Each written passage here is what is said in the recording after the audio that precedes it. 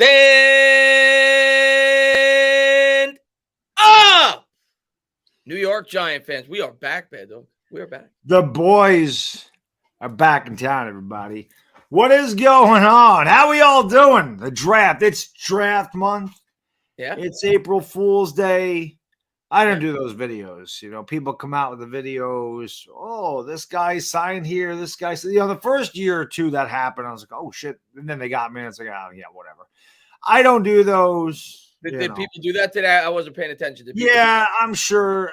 Well, I saw on Instagram someone's like, Odell Beckham signed with the Giants. I saw Mark Holmes did a video saying that DeAndre Hopkins is going to the Cowboys. Man, you're not fooling me, man. Yeah, I'm old. You got to get up pretty early in the morning to fool me. But I remember Kid Blue used to do those every April. Yes, he did. Yes, he did. Yeah.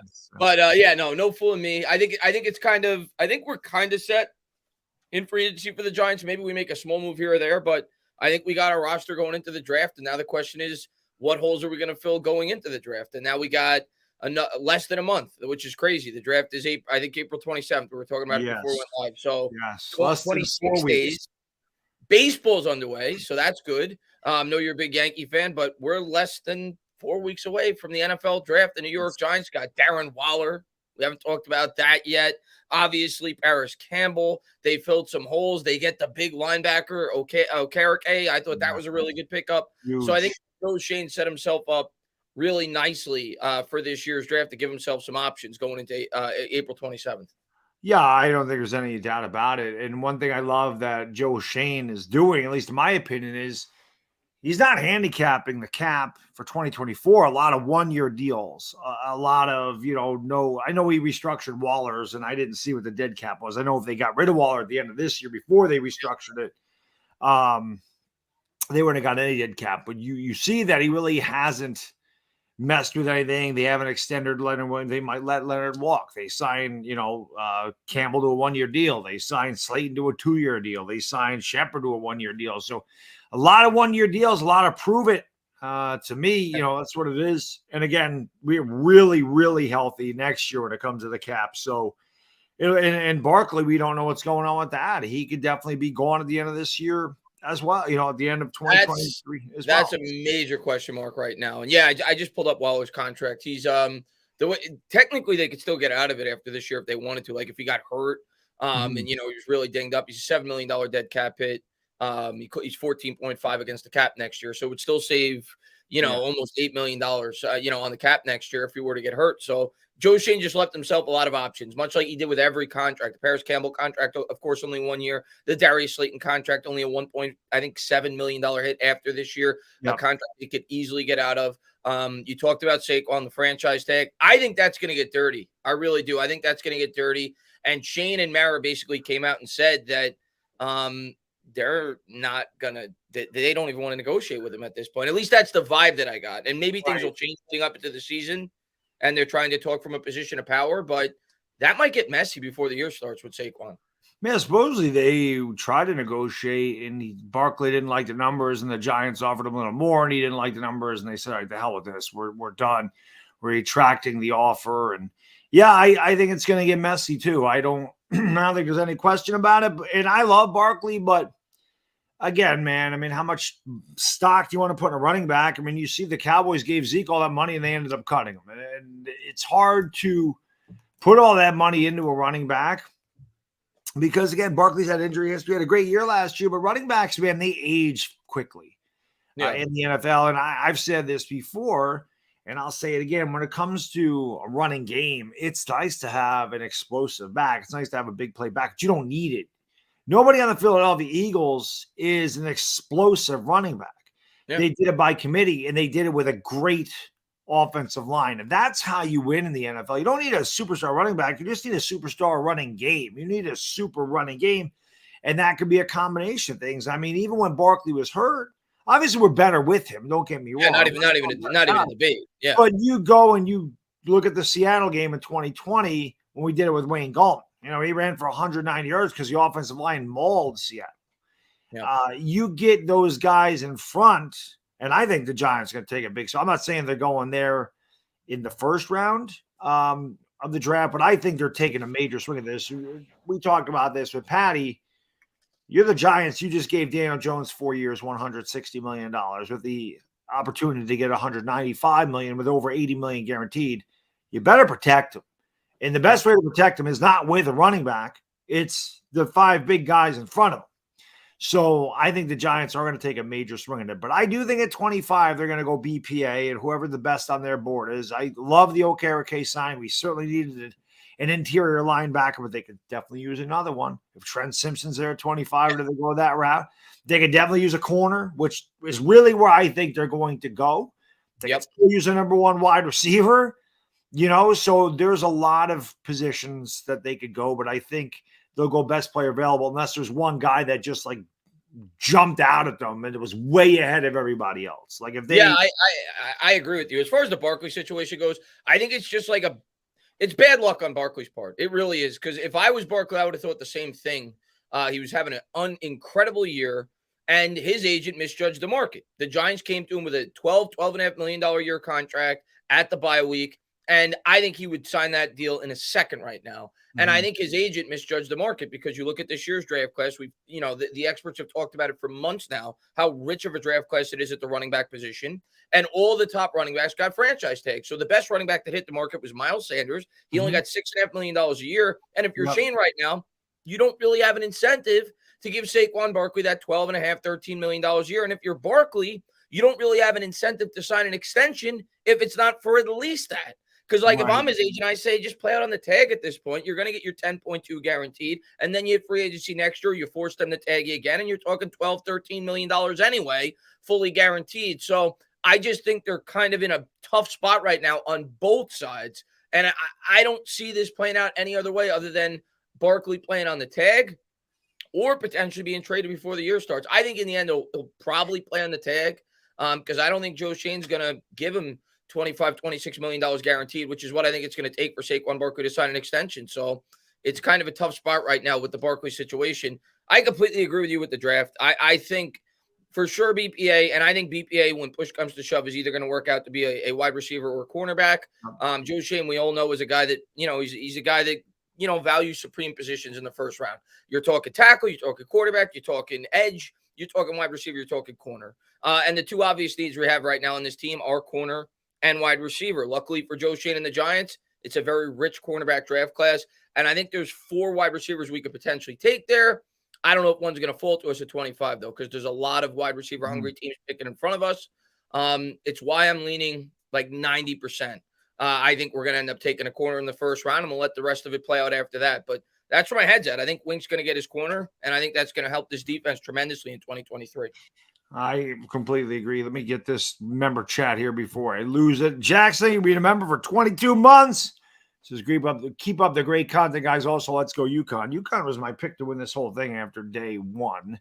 So listen, my bracket got killed. Speaking of, did you see the end of that San Diego State game? I did. I was watching that. I was holy crap. But I told everybody, my moderators in my Instagram moderator chat, end of day 1, I said, just take the underdog. Take the underdog at the points all the time. I said, you're going to lose some, but you'll make out. Man, I killed this because that happened almost every game they covered. And I said, and UConn's going to win the whole thing. And I really think they still are going to win the whole thing. But yes, that Florida Atlantic San Diego State game is awesome. Fairleigh Dickinson beating Purdue was hilarious. I don't give a damn. That's why I love the tournament. I'm not a big college basketball fan, but God, when you see a 16 knock off a number 1, it's the greatest thing ever. So, which is crazy because I think the first time it happened, I want to say it was like 4 or 5 years ago. Yeah, it wasn't that long ago. And it's happened now twice in like the last 5 years. You're talking about, a history of like 40 years before that where it never happened. Now it's happened like twice in the last 5 years. It's crazy. Yeah. Well, what's happening is the gap is shrinking between the mid majors and the major colleges. So that's why you see teams like Florida Atlantic making the Final Four. It's nothing now to see an 8, 9, 10, 11, 12 seed reach the Final Four. It's almost becoming commonplace. And, it was impossible to get a perfect bracket 30 years ago. You'll never get one now. It's bingo. You just pick names out of a hat at this point. You got a better chance. It's like trying to pick the draft. We do these mock drafts every year. It's like bingo. Good luck. Exactly. But yeah, I'm with you. I think the Giants are going outside. I think it's going to be corner. We really could use another cornerback. I don't think there's any question. And it would be nice to have a number one wide receiver. I don't think there's any question about that. Now, again, I don't want to go past this year and look at 2024, but I've obviously have not seen the free agent wide receivers for 2024. We'll have a lot more cap space. And maybe they're looking ahead already there that, hey, this guy's going to be available. That guy's going to be available. I'm not saying they won't take a swing at a wide receiver. I don't know if it'll be. I don't think there's going to be a quote unquote number one wide receiver in this draft where we're picking. I don't think they're going to feel that there's a legitimate number one guy. That doesn't mean they won't draft one. Like if Zay Flowers is there, they could easily take him. Mm-hmm. I just don't view him as a one, and I don't think the Giants are going to view him as a one either.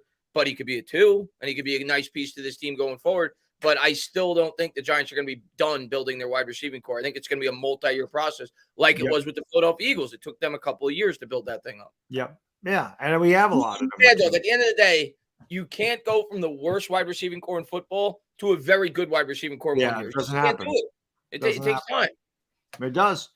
And we have other positions, that we have to fill. And that's the thing. Like I said, I want them to build up front. I want them to protect Daniel Jones. And because it's such a passing league now, your corners, a lockdown corner is obviously a huge positional value. I mean, we see cornerbacks go in the top 5 all the time. That was rare years ago. Now it's a very hot commodity. We saw 2 cornerbacks go in the top 5 last year in Sauce Gardner and Stingley. So, I mean, and Sauce Gardner was freaking amazing. So if we were doing a redraft today, Sauce Gardner's the first pick.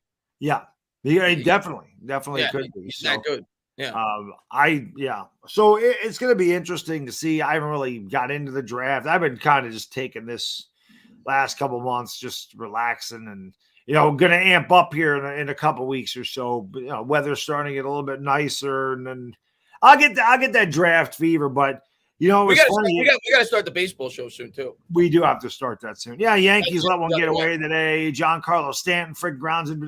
I thought they were going to come back and win. They had the bases loaded, 1 out. They'd already scored a run, 7-5. And Giancarlo grounds right into your old 643 DP. And Clay Holmes, Yankee fans, looking like shit again. He started the year the way he finished it. Just terrible today. Garrett Cole looked great. I mean, that's a good thing. But yes, Chris and I, for those of you who don't know, are going to do don't know what day or whenever. We'll figure it out. We'll we are going to do like a New York baseball show. New York baseball. Because he's the Mets, so I'm the Yankees. So we're gonna get that going. Both of us love baseball. Anybody that's watched our show knows we can get off on these tangents because we love baseball. So it's all good. All good. We get to a couple of these super chats, and Dan B, thank you so much for the super chat, brother. I really appreciate it. Says, let's go Eagles. April Fools. Screw the Eagles and let's go G-Man. I can't even say that on April Fool's, Baddog. It's just not in me. Well, I can read that part. I'm not giving their little war cry, the stupid fly Eagles into the side of the dumpster. I won't do that. Sci Guy Bry, thank you for the super chat, brother. Appreciate it. Says, so fellas, pick 25. Well, there you go. We just kind of covered that, what we think they're going to do. I mean, I think signs are pointing to, like, I think they want to take a wide receiver because they've literally taken every top wide receiver out for dinner.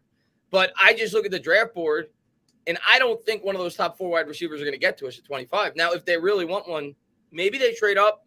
It's possible. Maybe you make a small trade up. I mentioned it today on Twitter where you jumped like 19 with the Bucks. Give up a 3rd round pick to go and get your guy. I won't rule that out as a possibility. But if we stay at 25, I'm not going to say positive. You're never positive. Right. But I'm confident that we're taking a cornerback if we stay at 25. Yeah, and I mean, listen, if the Giants don't like a guy at 25, it's possible they trade back and get more draft capital going into next year. So, it is fun. And when I did the round table with, those guys, what the hell night was that? Thursday. They were up late. Like I went to bed at like 12:15. And I woke up the next morning because, they goes on all of our channels. And I saw, man, they were out live for like 6 hours, which means they got done at like 2 a.m. It was just Lord Brunson left with me. And then it was just not LB, Law Nation and Louis T. I love it, man. That's such a fun stream with those guys. Louis T sitting there banging the drum for Sam Howell. And we're like, what is wrong with you? I'm like, what? I asked him, like, what are you basing? You gotta love the way not Louis T, but I'm gonna get to a comment somebody made. You gotta love the way fans interpret things. Like I said to him, I go, what makes you think Sam Howell is going to be the future for Washington? Like, what are you so hung up on? What did you see in his 11 for 19 for 168? One touchdown, one interception against a meaningless game against Dallas. Like, what was it? Well, I watched the way he played in the ACC, and I said, listen, man, the ACC sucks. I'm like, Clemson isn't even what it used to be.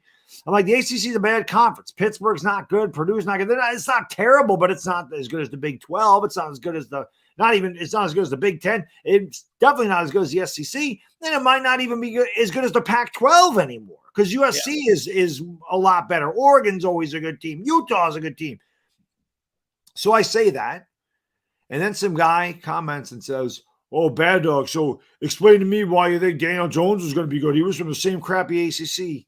Daniel Jones played in the NFL for 4 years. I'm not talking about one game. Daniel Jones was a first-round pick. Regardless, it doesn't even matter where he's picked. This is I'm talking about my assessment of him playing 4 years in the NFL, not one game.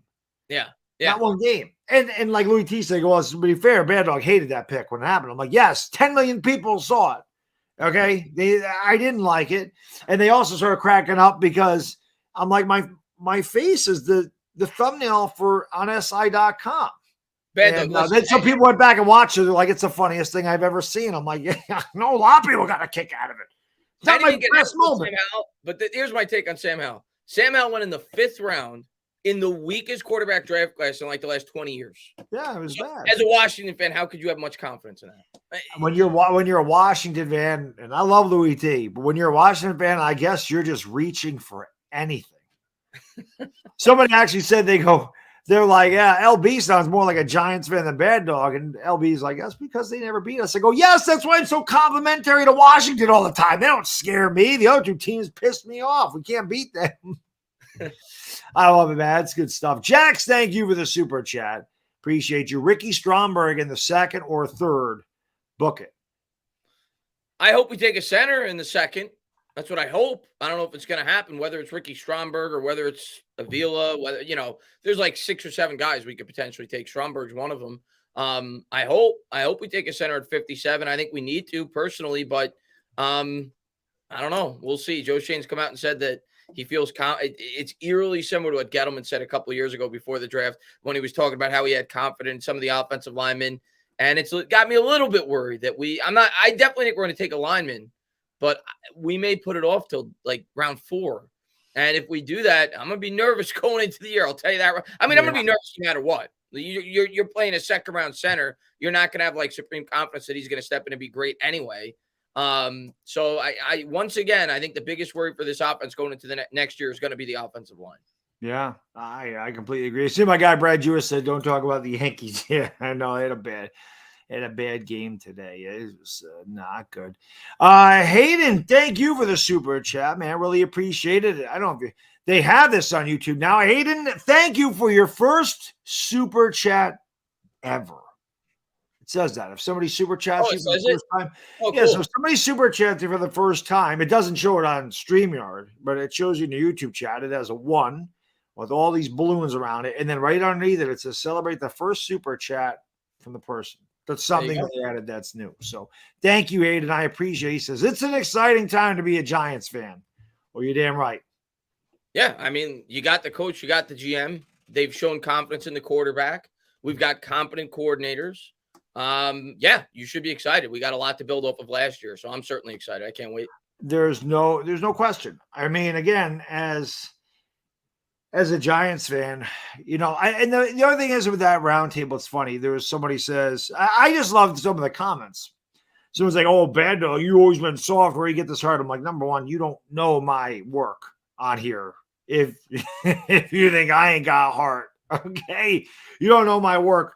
But someone's like, what do why are you so vocal or loud or whatever? I'm like, because I've dealt, not just me, Chris and I, every Giants fan has dealt before last year with 5 god-awful years of football. Straight shit. 22 wins.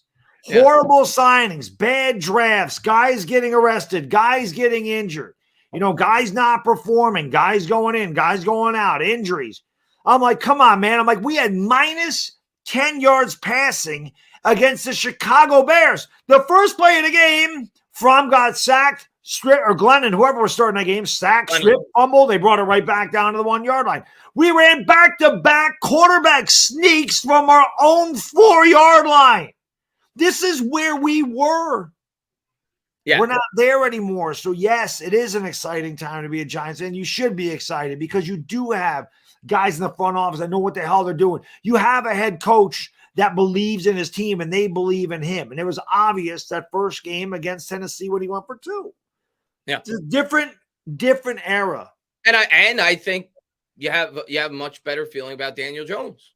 Absolutely. Going into next year than you had going into the 2022 season. Yeah, I think so because, again, you got some stability around him. The contract is done, stability around him. You're building around him. You got a head coach that believes in him. You got a head coach that got the most out of him. And people are like, oh, he only threw 15 touchdowns. And I'm like, yes, I understand he threw 15 touchdowns.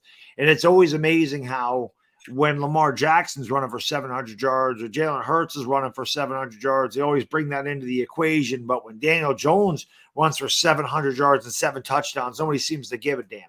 When Daniel Jones goes for 5 game-winning touchdown drives at the beginning of the year and drove us down and tied the game against Minnesota only for us to lose on a 61 or 63-yard field goal, that wasn't Daniel Jones' fault. He showed a lot of resolve, a lot of heart, a lot of gut, things that I didn't think he had. And I've said that before.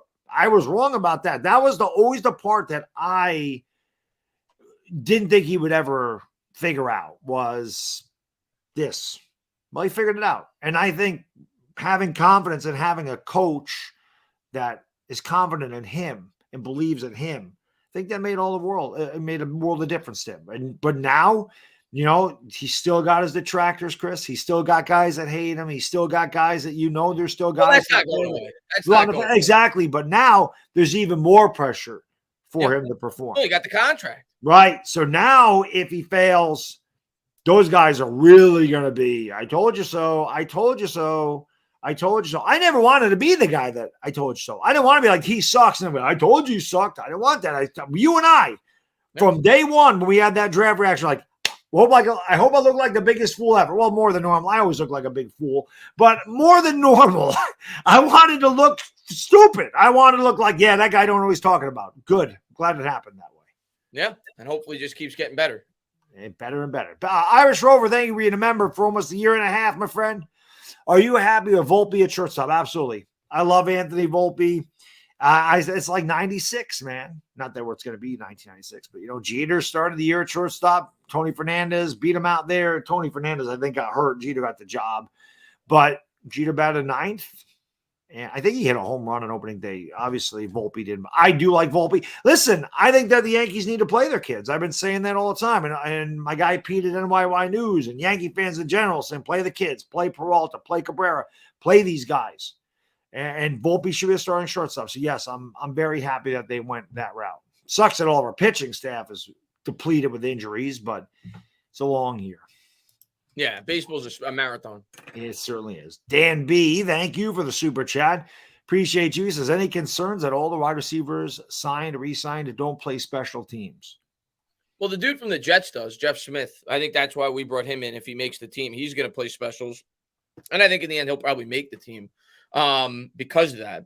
So, not really. I don't really have I think they could address that in the draft as well. I think you could find guys, and we have 10 picks in this year's draft. I think you could find guys in the 6-7 round area that could really be guys that could really help contribute on special teams. But that's why I think we signed Jeff Smith to be that gunner, kind of like Cody Core was for us a couple of years ago. He's really good with that. So no, that's the least of my worries. I'm much more worried about the corner, the offensive line, adding another weapon. That's the least of my worries right now. Yeah, I think what happened last year, Dan, was, the fact that none of those guys really, all the injuries forced guys into playing special teams that really never did. The Giants will figure that out. Like Chris said, back end of the draft, there's going to be guys that get released. They're going to be cut. There's going to be guys that the Giants sign as undrafted free agents, and they'll figure it out. I'm not going to be really concerned about that until it rears its ugly head. I mean, special teams is very important, and a lot of times it goes It was awful. We were awful last year. We were awful, but it's forgotten about because you're looking at offense and defense. We know how good Graham Gano is, but we also know how bad our punter could be. Yeah. And we knew that with Riley Dixon. We saw really bad punts, bad coverage. Well, this year is really bad coverage. So it does rear its ugly head at times, but usually that's like the last of your concerns. And again, I think the Giants will figure that out. A lot of injuries really kind of botched up our plans, I think, on special teams. But there's concerns everywhere. Big Daddy, what's up, buddy? Thank you for the super chat. Don't be surprised if we draft a defensive lineman or an edge. I won't be surprised. I think we're going corner, but I won't be surprised if we go D-line or edge. I think they're going to go BPA. So if a guy like, there's a lot of good defensive linemen. I've seen a lot of people mock interior defensive linemen in the first round. I won't rule it out as a possibility. And if they do it, I won't scream.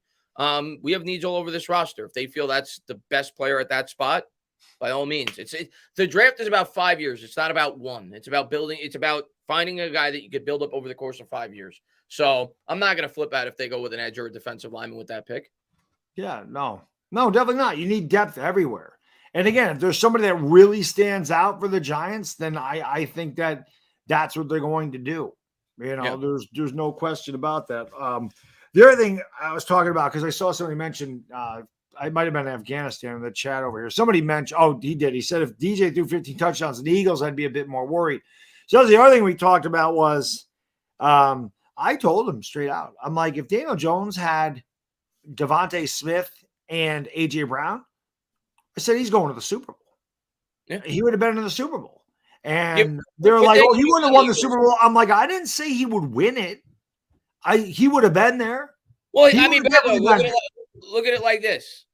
Eagles played against a fourth-string quarterback, Chris, that couldn't move his arm. We could all agree that the Eagles have a much better team. Take the quarterback out.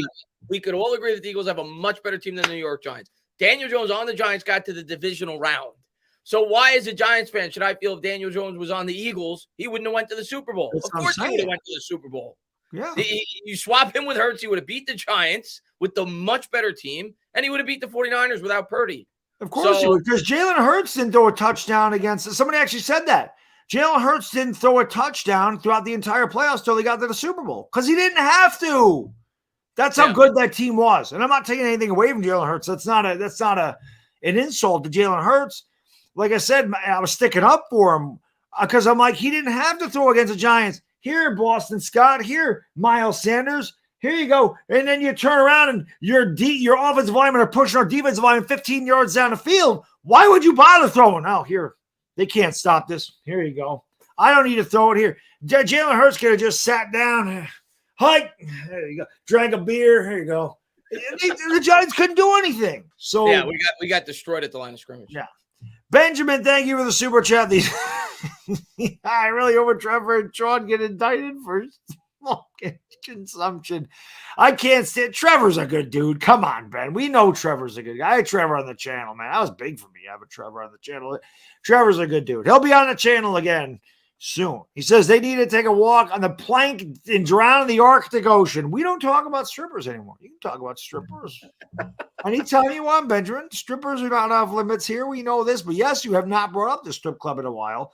My buddy, Roderick Roach, though, Benjamin, he does. He talks about the Gray Beaver. The Gray Beaver is 75 and older, Chris.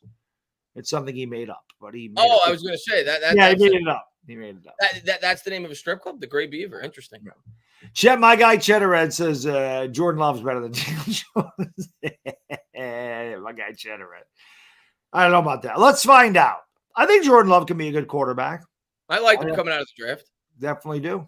Definitely think he can be a good quarterback. Cheddared's a good dude. Big Packer fan, obviously, with a name like Chet Ahead. John Silva, thank you for the super chat, brother. Appreciate it. Says, I feel Joe is moving up to get it. I feel like Joe is moving up to get his guy. I don't know. I won't rule it out because I listen, when you look at the draft, you look at the draft order right now. If the Giants want a receiver, look at the teams picking ahead of us. You got to figure there's going to be at least one or two receivers that go before we even get to the 18-19 range because you have a team like Tennessee could definitely use a wide receiver. who knows? Maybe Houston could take a receiver to pair with their quarterback with their second pick at 12. New England could certainly take a receiver. Green Bay could take a receiver. Pittsburgh could take a receiver. Detroit could take a receiver. Wouldn't that be a kick in the nuts if Aaron Rodgers? What is the deal with Aaron Rodgers? I think he's going to end up with the Jets. Okay, because he's not there yet. Wouldn't it be a kick in the balls if he goes to the Jets and they draft a receiver in the first round? Wouldn't that be a kick in the balls? That'd be great. That'd be great. But when you look at like the teams picking right in front of us, Seattle, everybody has them taking a receiver. The Chargers, almost everybody has them taking a receiver. Baltimore, a lot of people have them taking a receiver. So if they want a receiver, I think the Giants are going to trade up if they want a receiver. I don't think they're going to stamp out at 25 and hope that one of those guys falls to them. The question is, are they going to want a receiver? Or are they going to just be like, I'm content with taking the best player available on the board? I know a lot of guys ask me if Marvin Mims fell to 57, if I would take him there. I said, I don't think Mims is getting a 57, but yeah. And then people are like, well, he's a number 2. I'm like, there's a lot of, I'm like, the number, like you said, the number ones in this draft, the Quentin Johnsons, the Jackson Smith and Jigbas, the who's the other guy? I don't even know if I would consider Jalen Hyatt number 1. They're not reaching us. Jordan Addison, I mean, if he I think Hyatt will, but I don't want to take Hyatt at 25 personally. Yeah, Hyatt's really a one-trick pony. So I don't know. I mean, Jordan Addison's a kid I really like, but I don't know. Yeah, unless somebody, like I said, jumps off the page at Joe Shane and Brian Dable, Brandon Brown, where they're like, we got to trade up and get this kid. I don't think it's going to happen. Like I said, I think the Giants may have a possibility of trading back more than trading up in this draft. I don't think we're taking a receiver. I think we're going to take a corner because if we're going to take a receiver, I think we're going to trade up. But I don't think we're going to trade up. So I think we're taking a corner or another position. But I don't think we're going to take a receiver at 25. Yeah, I agree. I just it'll be interesting to see. I don't know. Well, you never know. The draft is unpredictable. Players fall all the time. It certainly is, because there's always some story. There's always something that, that comes out or whatever. You don't know. It's tough. It's a crapshoot. It is definitely a crapshoot. No question about it. But we'll find out in about 26 days. Benjamin, my friend, thank you for the super chat. I appreciate you. Max Sports reaction is hella fake. Well, yeah, he's a bad actor. He's a bad actor. He says, by the way, I miss seeing Tainah on here. Y'all better come to Chev and Sean, to be honest. I missed seeing Chris. Yeah. Who is Trevor Sean? I don't even know who Trevor Sean is. Trevor Lane is a massive, huge Laker content creator. He actually is affiliated with the Lakers. He's not like part of the organization. So he can talk about trades without it being considered tampering, but they do work with the Lakers. They're just not. So yeah. And he has a lot of different guys on his channel. He has wrestlers on there. He's had Chris Masters, the Masterpiece. Oh, I remember you telling me about this guy. Yeah. So him and Scorpio Sky is on there. He's a newer wrestler. I don't know. I just know he's a wrestler. WrestleMania is tonight, by the way. Not that I care, but they had a girls' Royal Rumble. About that today on Twitter. I thought WrestleMania used to be on Sunday. It is. It's 2 days. It's 2 days now? 2 days. They've been doing 2 days for a while. Oh, wow. Yeah, they had a girls' Royal Rumble. I would watch with my son because he just likes watching the girls fly around the ring. My little man's good. He's a good little guy. He gets it. He's just, he likes when their hair. I love when their hair. It makes me laugh all the time. I'm like, what are you getting so excited about? But he's like, I just love when their hair flies, Dad. And any girl with long hair, he wants her to win. Hey. Like he gets mad when the long hair girls go out of it. He does not like that. My kid loves. He's been hanging out with Benjamin too much. Maybe. Because Benjamin's definitely a horn dog. There's no doubt about that. Yeah. Well, then again, so like I said, they don't call me Baddog for no reason. So it is what it is. Mrs. Baddog ain't going to be too happy with him when he's a teenager. I'll tell you that, because there'll probably be a lot of them chicks hanging around, and I'll be almost retired at that point. I'll be saying, there you go, little man. This I'm talking about. Dad used to, you know what? Here, I'm not going to listen to this video. This cracks me up. So my kid did a pageant. He actually won his pageant, but I always say to him, I teach him well. I said to him one day, I asked him, I was like, where is this? I'm like, why are you so handsome? He doesn't like the video, but I asked him, I'm like, why are you so handsome, buddy? So listen to him. He knows. Listen to this, guys. I asked him, why are you so handsome? Why are you so handsome? Because Daddy was handsome. There you go. That's right. Because Daddy was handsome. Yes, ladies and gentlemen. I used to be young. I used to be a good-looking guy. Age gets us all. Andy, thank you for the super chat. He says, evening, gents. I'm so lost in this draft. I think I'll be happy with any player they pick. And Joey trusts. Yeah, like in drafts past, it was cut and dry because we were picking early. We're not used to this picking at 25. Like last year going into the draft, we all knew we were either going to take Sauce or Kayvon probably and a tackle. Like that, it was obvious. In 2020, I think we all knew it was probably going to be a tackle. Some people thought it could be Simmons, but I think we all knew it was probably going to be a tackle. So most drafts in recent history, we've had a pretty good idea what we're going to do. This draft, it's kind of, you got to just wait to see how the board develops in front of us you don't know. There's way too many players that could go before we pick. I think there's like 9 or 10 guys we could potentially take with our pick. It's way too hard to predict. Yeah, it's true. And you know what though, guys, that's a good thing. Yeah. It's a good thing to be drafting where we are. Of course. Because like you said, there's a bunch of teams and we're one of them. Oh, when people are like, oh, the Giants got to lose this year. I was pissing me off. Oh, the Giants got to have a bad year. They got to tank. They got to blah, blah, blah. Why? We've been picking top 7 every year. We had 5 top 7 picks in 5 years, and we sucked for years. So what was the deal? Baddog. It's a sickness that these people have. It's about having good drafts, no matter what. They want their teams. They're so used to their team losing. They want to have a top 5 pick every year because they think that's the answer. You look at it historically speaking. Yes, are there some teams that crawl out of the basement when they have a top 3 or 4 pick consistently? Yeah, the Jaguars. They got lucky. They got Trevor Bengals. Yeah, the Bengals. They got lucky. They got Joe Burrow. But more often than not, teams that pick in the top 5 or 6 consistently stay there, like the New York Giants have over the last 5, 6. The Lions have stayed there. Yeah, eventually you got to start. The Colts stayed there for a long time before they got Peyton Manning. Yeah, so it happens. Yeah. It happens. Fabian, thank you for the super chat. Appreciate you, my friend. This is Baddog Talkin. What's a good Italian meal to order? Well, me, it's veal parm and penne. I mean, with a nice pepperoni, and then finish it off. Finish it off with a cannoli, a pepperoni and a cannoli. If you're having a beer at an Italian restaurant, you're always going with the pepperoni. That's the best Italian beer you can get. You can go with Birra Moretti as well, but you go with the pepperoni. That's but good luck finding. Well, up here we don't have anybody that serves Birra Moretti. I got to go to a beverage center to get that. Okay. But yeah, it's a good beer, Chris. Yes. Yeah, it is. But you definitely go with the pepperoni. And then I'm a chicken parm guy. I like veal parm as well, but I'm a chicken parm guy. So I go with the chicken parm, the penne. But if you're going pasta, you got to go with penne bolognese. That's my go-to. But there's so many good dishes. I mean, you can't go wrong with Italian food. So in other words, you go with this. You go with penne. You go with one kind of Parmesan. You get a pepperoni, and you finish with a cannoli. You never could go wrong with the cannoli. And you never put freaking pineapple on a pizza. You don't do that. You never put pineapple on a pizza. Does not happen. That is sacrilege. That is that's one of the, I believe that's one of the 9 stages of hell is having to eat pineapple pizza. It's disgusting. I legitimately think people, like, everybody's talking about how Donald Trump got indicted. If you put pineapple on your pizza, you should probably be indicted. That's one of the charges against him. Yeah, they literally have like 30 charges. One of them had to be that he was putting pineapple. Listen, he's got the same color as a pineapple. They went after him.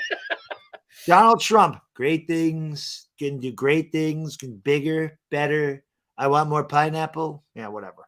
Irish Rover, thank you for the super chat. He says, Chris, did you see John Wick 4? Thoughts? I did. Freaking amazing. John Wick is definitely evolved into one of the best action series of all time. So, incredible. You can't go wrong with John Wick. John Wick's right up there as one of the top. It surpassed Die Hard for me. Like, it's that good. Like, it's a top tier action series. Yeah. I saw Hirsch, my guy Hirsch, in the chat. What did he say that I saw that I wanted to read? He says pineapple belongs in a pina colada. That's exactly right. Pineapple on ham, fine. Pineapple it's my favorite fruit. Pineapple is my favorite fruit, but it does not go on pizza. Yeah. Sorry. Pizza just doesn't do it for me. Yeah, you don't do it. Andy, thank you for the super chat, brother. Appreciate you. He says, if Landon Collins and Jamal Adams were in a UFC fight, who wins? I got to go with Jamal Adams. He's younger. Yeah. I don't know. They're both pretty tough. I don't know. That's a good one. I guess I'd go with Collins, former Giant. But I will tell you, as a guy that loved Landon Collins when we drafted him and then was really hard on him when he was really bad for us, his pick 6 against Indianapolis. The play of the year. Awesome. It was the play of the year. I know it was the play of the year. It was the play that got us in the play. The play of the year was Kayvon Thibodeau against Washington. That was the play of the year. When that guy, I forgot who that was that made that little highlight reel with us in the background calling the plays. When I listened to that back, you calling that, I had wicked goosebumps. I must have replayed that. I must have watched that video seriously 36 times before. Well, I'm gonna talk. Slurpy's the guy that did it for me. I'm gonna talk to him this year, and we're not gonna be able to do it every week because some week is probably not gonna be worth doing stuff like that. But any week that there's a worthy highlight clip to play the play-by-play over, I'm gonna ask him to do it because I thought it was awesome. That play was great. But yeah, I went absolutely insane when Collins picked it off and ran it in for a touchdown. That was awesome.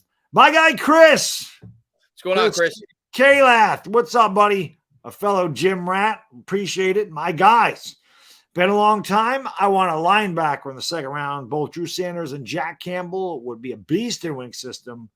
Both also complement Bobby Okereke. Giants still need a Mike linebacker. Can't go wrong with linebacker. I'd be happy, Chris, if they do that. I personally would prefer the center there, but I'd be happy if they do that. I mean, listen, you do that, we don't got to worry about the linebacking core probably for the next 5 years between Okereke and the rookie that you take in the second round. So I'd be happy with it. Listen, there's so many ways they could go. There's so many holes on this team, and I realize that this is a multi-year process. This team is not going to be a Super Bowl team after this year. No. I'm hoping they're a Super Bowl contending team in 2024. But you got to draft right this year to get to that point. So it's a multi-year process. So if they elect to go a different route than I may prefer this year, build up other parts of the roster and get it to go. I want a center. If it was up to me, 57, we're taking a center no matter what. But if they go linebacker, if they go wide receiver, if they go corner with that pick, they push the center back to round 3 or round 4, I'll support it. Yep. Yeah, without a doubt. Again, like Andy said in Joey Trust, you can see Chris's thumbnail there. There's no hiding that. Somebody actually told me the other night, I have a sleeper physique. And I'll be honest, I'm old. I didn't know what the hell that meant. So it's actually a good thing. Sleeper physique means you look at somebody and don't know, and then you see them in a tank top or shirtless, you go, that's under there. So I was like, oh, that's what that means. I didn't know what the hell that meant. Like Baddog is a definition of a sleeper physique. I had no clue what it meant. I'm old. I don't know what the hell half this stuff means these guys throw me. And I got to go look it up so I know next time. Uncle Steve, thank you for the super chat, brother. Appreciate it. He says, hey, guys, I just wanted your thoughts on the Falcons bypassing the option of Lamar Jackson and going with third rounder Desmond Ridder. I'm pessimistic. I'll start. Well, you don't know if they're definitely going with Ridder. They could still certainly draft a quarterback in this year's draft. They could.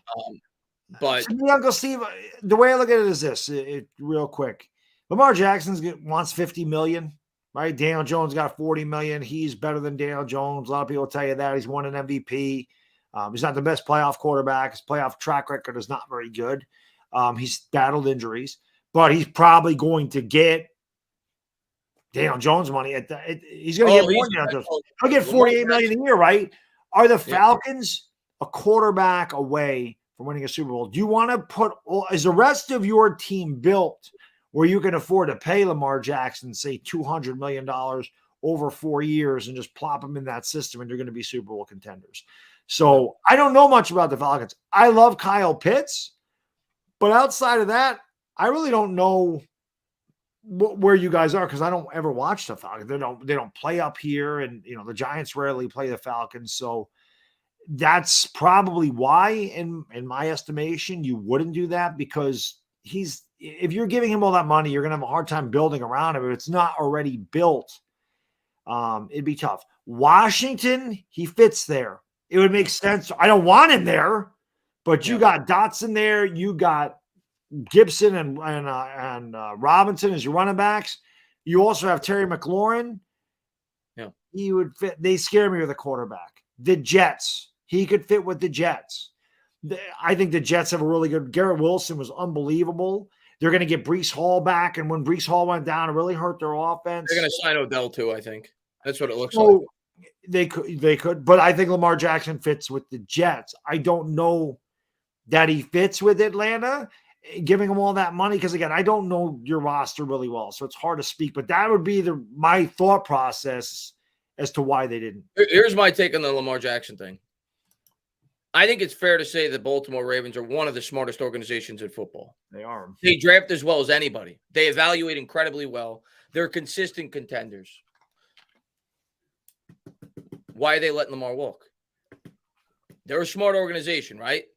And I'm going to tell you why I think they're letting Lamar walk. Because his contract demands are sky high. They are. For him, it's not about the per-year average. Like, people just look at the per-year average with Daniel Jones and be like, well, then Lamar's worth 50. Lamar's asking for 53, 54 a year probably, and he's asking for it to be nearly fully guaranteed. It's not 80 guaranteed for him. It's like 170 guaranteed for him. That's the going rate for Lamar Jackson. And I think the Ravens look at Lamar Jackson and they say, the style of play, this is a guy that we don't have full faith in that he's going to be able to remain durable over the course of that contract. But that's my take on it. That's why I'd be a little bit scared to dole out that kind of money. Baltimore's a smart organization. There's a reason that they franchise tagged him. There's a reason that they're not willing to give him the money that he's demanding. Yep. So that's my take on it. Right. So, and that makes perfect sense. Dan B says, stand up. What's going on, Dan B, man? Thanks for popping in, buddy. Big Daddy, thank you for the super chat. Appreciate you, my friend. He says, this draft, or as Louis T would say, thank you for double up. He says, this draft is filled with good, not great players. Schmitz at 25 is okay for me. I'd be fine with it. I'd be fine with it too. You know what? I'd be excited. I can't even lie about it. But yeah, I don't think it's like a slam dunk, like hooray pick. It's kind of like a Justin Pugh-like pick. Remember when we took Pugh, like whenever it was, and you're like, wasn't really a sexy pick. They could have went with a lot of other options that would have been more exciting. Guys that were valued as better players in terms of like the overall board, but it was a huge need. It would kind of be like that. I feel like it would be like a Justin Pugh pick. But for as bad as our offensive line currently is, if they go that route and they feel like Schmitz could be an answer for the next 10 years at the center position, I'm completely on board with it. Since O'Hara, over the last 13 years, Weston Richburg has the most starts at the center position for the Giants with 35. That's 2 seasons worth of starts. It's been a revolving door. Richburg's the last time that the Giants had a starter for 2 straight years at that position, and it was in 2016 and 17. Outside of that, we've had a different starter every year after that. So if they feel Schmitz is worth the investment and they think he could be the answer there for the next 10 years, I'd be completely fine with taking him at 25. Yeah, we missed out on a couple centers. We missed out on my guy from Oklahoma. I freaking wish they would have done that, boy. Kansas City gets him in the back end of the second round. Monster. Come on. Sebastian, thank you for the super chat. Appreciate you. So I'm late to the party, but the Giants trade for Brandon Ayuk. Well, if you saw that somewhere, it was probably an April Fool's joke. It's not happening. Yeah. It's not. Everybody talk about it, but yeah, it's not happening. People keep bringing up these rumors about Brandon Ayuk. They already gave him the 5th-year option, I believe. The 49ers are trying to compete to win a Super Bowl this year. It does not make sense for them to trade Brandon Ayuk. Now, could they trade him next year? Yes, I think that's very possible. Yeah. This year, I don't think Brandon Ayuk's getting traded. I'd be very surprised if he gets traded. Unless somebody knocks, throws an offer at him that just knocks their socks off. Yeah, like, and I don't think hey, we'll give you this year's first and a third and next year's second or something. And then like, oh, okay, because they're not gonna sign him long term. I could see him getting traded in season if things aren't going well for the 49ers, right. But I don't think he's going to get traded before the year starts. I agree. Duncan, thank you for the super chat, brother. Appreciate it. Schmitz 5th-year option at 29, 30 years old. I'm a pass. Again, I said this before. Linemen don't age like a running back. 30 years old is not old for a lineman. A lot of those guys are very effective into their middle 30s. I would not have a problem with that. If we're worried about, I look at it this way. If we're having that conversation in 5 years, that was a damn good draft pick. Yeah, if you get a 5-year starter at the center position who's at least the league average, it's worth the 25th pick. Right. So that's the way I look at that pick. If he works out to be a good starter for the next 5 or 6 years, it was a good pick. Yeah. That's what I'm saying. If you have to decide, do we give this guy the 5th-year option? It was a good pick, because if he sucks, you're like gone. Yeah. So if we're having that discussion in 2028, I'd be very happy with it. I'm not worried about their age. Again, it's not a running back. Linemen last a lot longer than running backs. Corners and running backs get older. They get old the quickest. Running backs, you're in your prime, your first contract. You start to decline about 26. You're still effective, but by the time that's why running backs want the big money when they get off the rookie deal, because that is the time that they're going to get the most. Because when they are 30, 31, no one's going to go, hey, I'll give you a 6-year, $100 million deal. At 30. And it's why if Barkley would have stayed healthy and not torn his ACL, he would have gotten that huge McCaffrey contract, because that's what happened with McCaffrey. After 3 years, they ripped it up because they know the short shelf life for running backs. They gave him a huge contract, $16 million a year, but he was 23 years old. Barkley's 26. That's the reason why Henry only got $12 million a year when he hit free agency, because he was 26. Everybody knows there's a short shelf life at that running back position. They want to get paid as quickly as possible. Bobby! What's up, buddy? Always good to see my guy Beantown Breakdown. My favorite Bostonian. He says, what's good, fellas? My 2 favorite Italians. People who put pineapple on pizza deserve to be kicked in the nuts. He knows he's Italian. Kick the nuts for eternity. Who is going to be the player who's going to surprise people this year? You mean in the draft or on the Giants? If you're asking me on the Giants, Cordell Flott is my pick. I like Cordell Flott. I don't know how much time he's going to get, because I do think we're going to draft an early corner, but I could see Perhaps Wandale Robinson will be that guy. Yeah, I'm going to go with Paris Campbell. I think if Paris Campbell stays healthy this year for the Giants, he's going to have a big year. I could see him having 900 yards, 6 or 7 touchdowns. I could see Paris Campbell having a really nice year for the Giants. So I'm going to go with Paris Campbell. I think by the end of the year, Paris Campbell will be a household name. People will know who Paris Campbell is, throughout the league. So wearing number 0. He's wearing number 0. Better not represent the amount of touchdowns. No. Kenny Galladay could have wore that. Yeah. Kenny Galladay could have wore that for sure. I see people talking about Hendon Hooker in the that's one thing, man. You want to talk about I love the people that were like banging the table for Hendon Hooker. I'm like, realize he's coming off a torn ACL, and he's older than Daniel Jones. He's older than Daniel Jones. So Bobby Okereke is a great one too, by the way. People are saying him. It's a good I think Okereke is going to be great in the system. I think he's going to, man, can you imagine if freaking Azeez Ojulari can stay healthy for a whole year with Kayvon Thibodeau and Bobby Okereke to Dexter Lawrence and Leonard Williams, and you get a good cornerback to go in Wink system in the draft. Woo-hoo-hoo. Defense can get real good real fast. Real good. Yeah, that defense real good. That defense could be like back in the old days. I also can tell you, when I was doing that round table with those guys, they were all very impressed with what the Giants did in the offseason. They had a great offseason. And that's coming from the 3 enemies in this division. They were very, they really like, I know Louis T was really like the Darren Waller pick. He said, yeah. He said, you gave him nothing. He goes, if that guy stays healthy, he goes, I wanted him so bad. He goes, I hated that you guys got him. Yeah. The way that I take this offseason, Joe Shane, what he was able to accomplish this offseason was he was able to help the team in the here and now, like pretty dramatically. Like he got like probably a top 10 middle linebacker in football. The guy's almost 300 combined tackles over the last 2 years.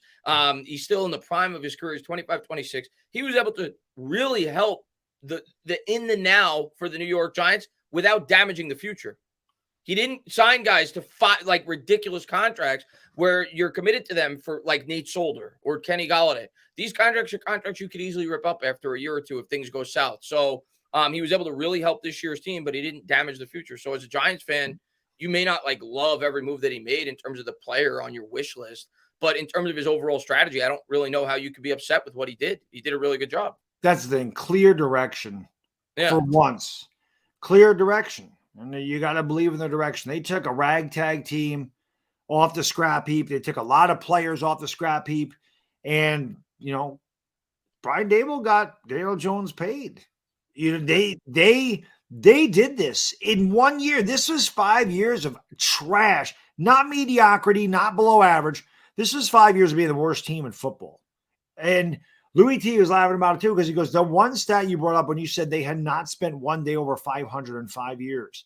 He's like, I still could not believe that. We did not. At the end of 2016, that was the last time we were over 500 until we beat the Titans at the beginning of this. And this past year, we didn't spend one day under 500. Right.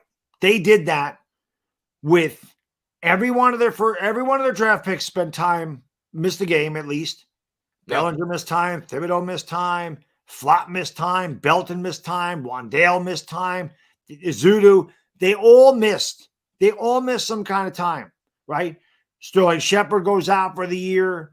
They're picking up Isaiah Hodgins. They're picking up Lawrence Cage. Or like they're grasping at anything that they can get.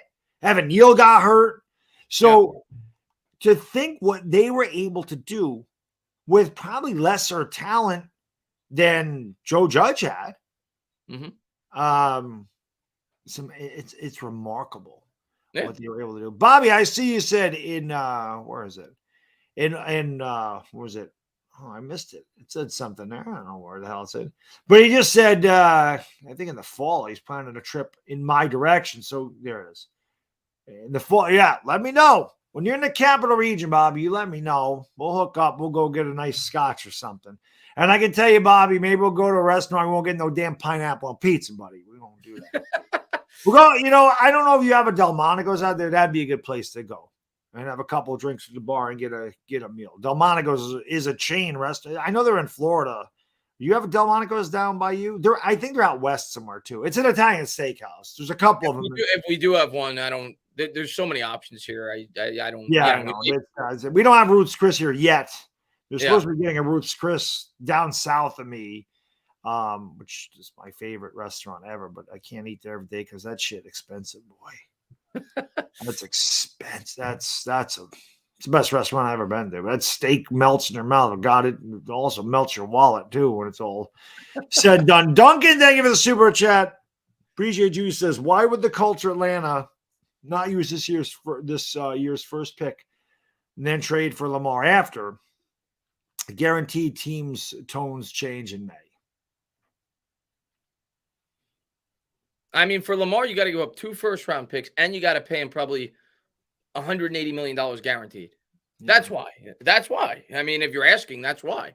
For a guy that probably is not going to have the same longevity as your typical quarterback. I mean, he's just not. He's great, but he's not a traditional guy that's going to be able to those hits are going to add up.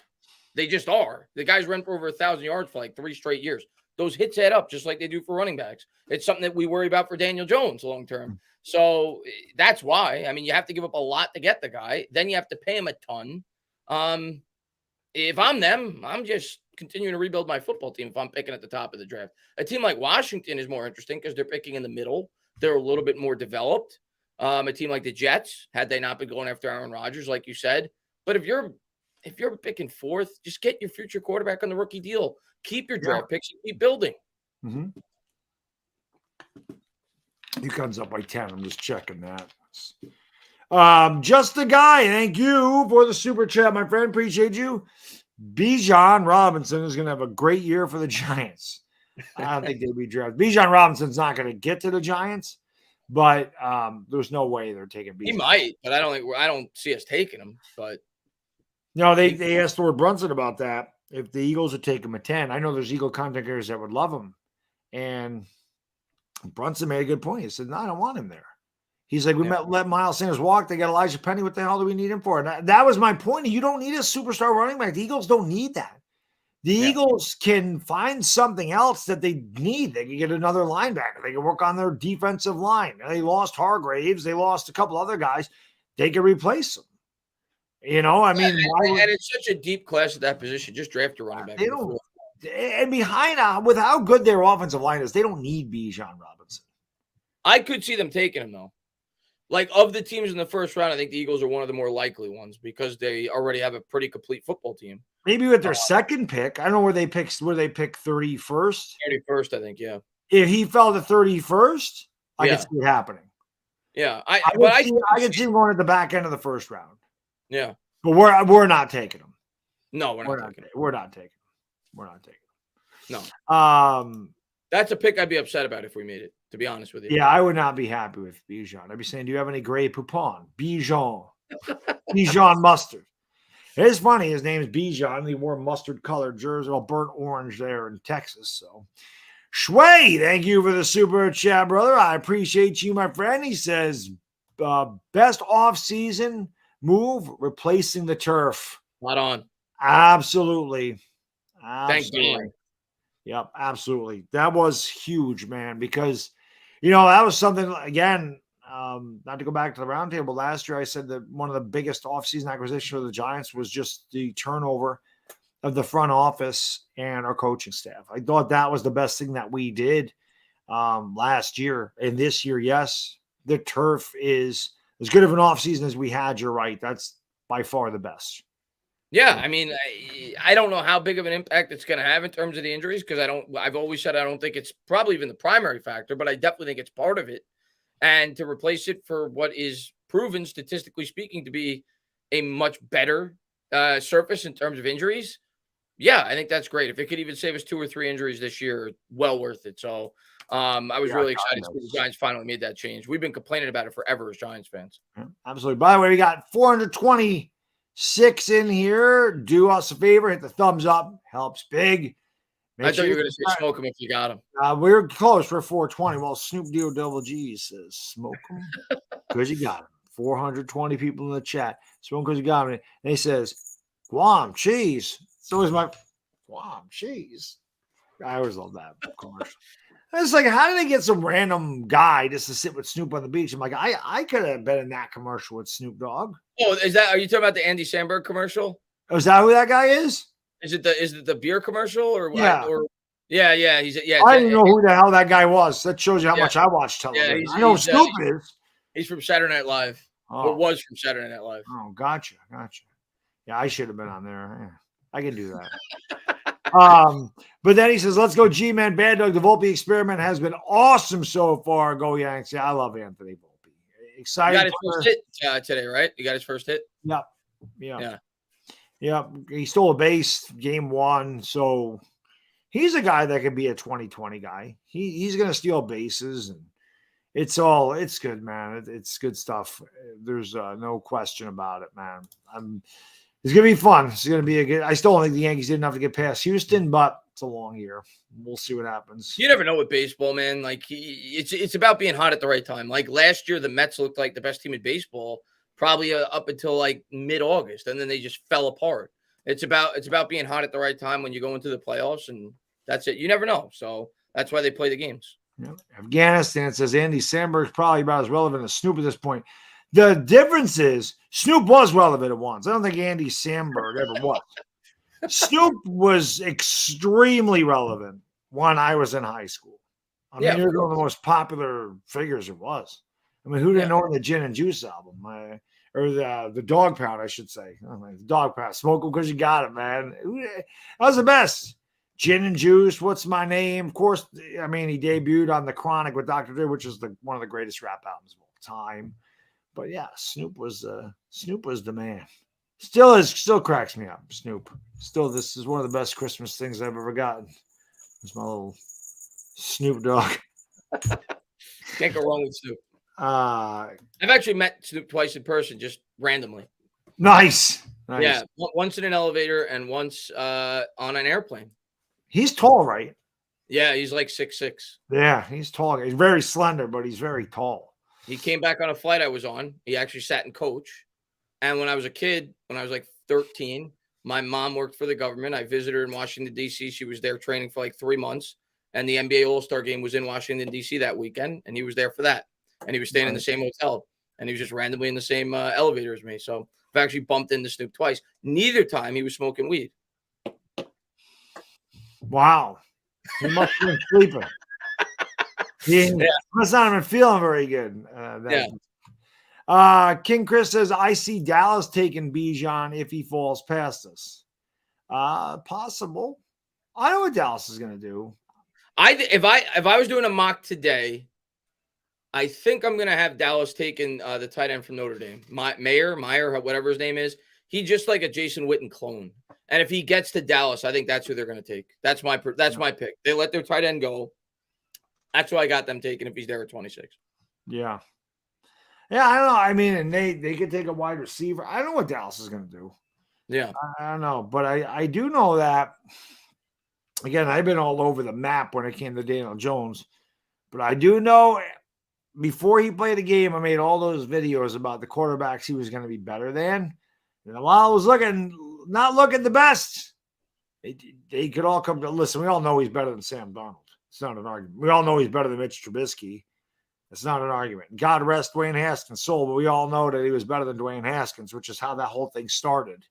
Because I said I think he could be better than Dwayne Haskins. Everybody killed me, and then I started saying he can be better than him. And then I said he'd be better than Dak Prescott. Philly 500 makes fun of me. Thought that was the funniest thing ever. Well, I don't hate to break it to you. Last year, Daniel Jones was better than Dak Prescott. Of course he was. He's better. Last year he was. Yeah. So he could be again. Who knows? You know? I think he's going to be. Personally, I think he's going to be better than Dak this year. Yeah. Yeah. What am I looking for here? But yeah, man, I mean, it's always, it's always fun. I don't think I'll have time to do a mock draft this year with the Giants, but just the fact that for once, like you said, we're not really like targeting a specific player, because ever since we've been doing this show, we have targeted like players because we're picking top 5. So we're targeting guys like not the Chase Young fellows. We were looking at Chase Young. We were looking at Andrew Thomas. I was looking at Isaiah Simmons. We were looking at Justin Herbert before he decided to go back to college. We were looking at Kayvon Thibodeau, Evan Neal. We were looking at those guys and saying we need to get those guys and a few other. But now there's, like I said, there's not really one guy where it's like you put a target on his back and go, we got to get this guy. Like if that guy's there, we got to get him. Because if Keely Ringo and Jordan Addison and Schmitz and Simpson, not that they're all going to be there, but if all 4 are there, it's not like you go, you got to have one of those guys. You can't pass on one of those guys where, and like if we were just drafting number 5, it might have been different. But there might have been that guy that, like, we cannot pass on Evan Neal. I would imagine it wouldn't have been Thibodeau. If we only had that 5th pick overall, it probably would have been Evan Neal. I don't think we would have got Thibodeau. I'm guessing. I mean, I don't know. I don't know what Joe Shane was going to do. I just knew that when he had 2 linemen sitting there that he could have gotten, he knew Thibodeau wasn't going past the Panthers. He's like, I'm taking him now. I'll get my lineman in 7. If we only had 1 pick, we would have went lineman last year. Yeah. We absolutely would have went lineman last year if we only had 1 first-round pick. But because all 3 were available, that's why we went Thibodeau first, for sure, last year. At least in my opinion. I think if we only had 1 pick, we were taking Evan Neal. But to be fair, if we only had 1 pick, we probably would have taken Rashawn Slater if I had to guess in the draft prior, which means we probably would have ended up with Thibodeau anyway, along with Rashawn Slater. But true. Who knows? True. Well, that to me, that ended. We weren't taking Parsons. We know we weren't taking Parsons. Right. Yeah. I mean, now we'd love him, but we weren't taking him. Yeah, he was on my board, but then again, I'm always a linebacker. I'm always a defensive guy that early in the draft, because I feel like those players make a major impact. Like you're drafted a defense. Well, Parsons went 11th, but that's because he had off the field issues. His talent level was definitely. He would have been a top 5 pick. He would have been a top 5 pick. So. But I've always been that defensive guy. So the fact that they got Okereke, the fact that this defense is coming together nice. Like I said, if they go out there and they get a corner, and there's a few good ones out there. I mean, Keely Ringo was 4.36. I mean, that impressed everybody. I've said this before. I think the 40-yard dash is like the most overrated freaking thing in the draft or the combine. Who gives a damn about your straight on speed? But it's definitely my favorite thing to watch. Yeah, it's definitely my favorite thing to watch. For certain positions, it's more important than others, and cornerback's one of them. Yeah. Oh, yes. Corner might be the most important. Yeah, because cornerback and wide receiver, those 2 positions. Because with a corner, you're always on the defense. You're always on defense. The wide receiver knows the route he's running. As a corner, you have to react. And if a wide receiver gets by you, you have to be able to have makeup speed in order to get back there. So again, I think their their cone drills probably the most, just the way they have to shift and everything is really important as far as the corner goes. And physicality, you want a physical corner as well, especially in Wink's system. You're going to want a guy that jams at the line of scrimmage. And that's the thing. If you miss a jam, you got to be able to get back there. So he was really good. And again, this regime didn't go after all the Georgia Bulldogs. If Gettleman was, Keely Ringo would be our guy. There's no question about it. But I'm looking forward to the draft because I don't know what we're going to do. And it's nice. And we get to build up, Chris. We get to build up. We get to watch it. It's always fun to pick early because it's like right away. You don't have to wait. But when we do our show after we pick, it's like, well, now we're just going to watch everybody else. But now we get to watch what everybody else does, and we get to watch with anticipation. And then we're like, ooh, maybe we get this guy. Ooh, maybe we get this guy. And then we start to be like, oh, he's still there, Chris. Maybe we get Jordan Addison, whatever it is. Yeah. So I think this year, like the first 10 picks are going to be pretty boring. But after that, that's when you're going to start to get a little bit excited to see which receivers are starting to fall, which corners are starting to fall. Like, we know Christian Gonzalez isn't getting to us at the cornerback spot. We probably know Porter's not getting to us. I would love Porter. I think Porter's such a good fit for our defense as a cornerback. But once you get out of that top 11, 12, that's when you start to get excited with anticipation. This guy's starting up. I didn't think he'd be here. So that's going to be the fun part of the draft this year. Oh, what just happened? I just lost my screen. I can't see anything. I hit something. Where is this? Why can't I just exit out of here? I can't exit out of here. Where's my freaking? I have no idea. This chat just took over my whole screen, and that's all I can see now. I don't know what I hit. Up Control F. Okay, where's that? I don't see my up button here. It's hard with freaking. What the hell is that little? Still stuck. I'm going to talk to the chat. I got it. Okay. No, I got it. What the hell is this? Like my freaking thing's bouncing up and down here. Get off of here. All right. I got to pop this back out. That was really weird. The YouTube, because I have the YouTube chat up so I can see the members chats. Right. And I don't know what I hit, but like it just, that chat, I have it like on this side of the screen. I have the StreamYard over here. And it just, the whole thing blew up, which was very strange. Very weird. I'm old. I don't know what the hell I'm doing. I am lucky I can turn this thing on. Benjamin, thank you for the super chat. Appreciate you, my friends. Says, contrary to popular belief, Chris, being a horn dog is a good thing. I would not want to be KP and have sexual desires. It's not a pretty sight. Brandon Rogers and Jared Williams are slurping each other up right now. I mean, you can be a horn dog if you like guys too, right? I mean, Benjamin, stop being horn dogs. You're too much, buddy. You're too much. Benjamin cracks me up, man. Anytime I'm having a bad day, Benjamin pops in the chat. I'm like, everything's going to be okay. I feel like Bob Marley. Everything's going to be all right. Thomas Squared, thank you for the super chat. Appreciate you. Off topic, Yankees in trouble. When you pinch hit Hicks in the 9th, that's a problem. Guess what he did? Yeah, I know. I don't know what the hell they pinch hit him for. It's 3 games in, Thomas. Calm down. Two games in. Two games in. 2 games. Didn't Hicks walk? I was listening to the game when a kid was watching something on TV. I thought Hicks walked. The Yankees had a chance. Donaldson sucks. I mean, I know he hit a home run, but Donaldson's trash. And I hate Aaron Hicks. I mean, you know that. Yeah. No, I'm not worried about the offense. It'll be fine. I'm worried about Clay Holmes. Clay Holmes was the most dominant guy in the league up until the All-Star break last year. Then he was bad, and then he started off. He was horrible today. Schmidt made one mistake, and that was it. But Clay Holmes is the one that worries me because he has not been good. Patrick, thank you for the super chat. Appreciate you. Do you see Okereke as a stopgap? Oh, sorry. Aurier. I can't even say that. Aurier. Sure. As a stopgap defensive back or defensive back too? No. We picked him up as a free agent. I mean, I think he's probably going to replace the role of what's his name? The dude that started first last year because we had injuries. God. Why am I forgetting his name? Because he's irrelevant. But I think he played on Washington before he played with us, and he actually did pretty good for the first 4 or 5 starts that he was inserted. Oh, what the hell is his name? Someone in the chat will get it. Yeah, somebody's gonna say it. But I think he's gonna fill that void. I think he's gonna be like that depth guy. I still think Aaron Robinson's ahead of him. Moreau, yeah. I think Robinson's ahead of him on the depth chart. I think Flott's ahead of him on the depth chart. I think we're gonna draft the corner. I think you got a Dory Jackson.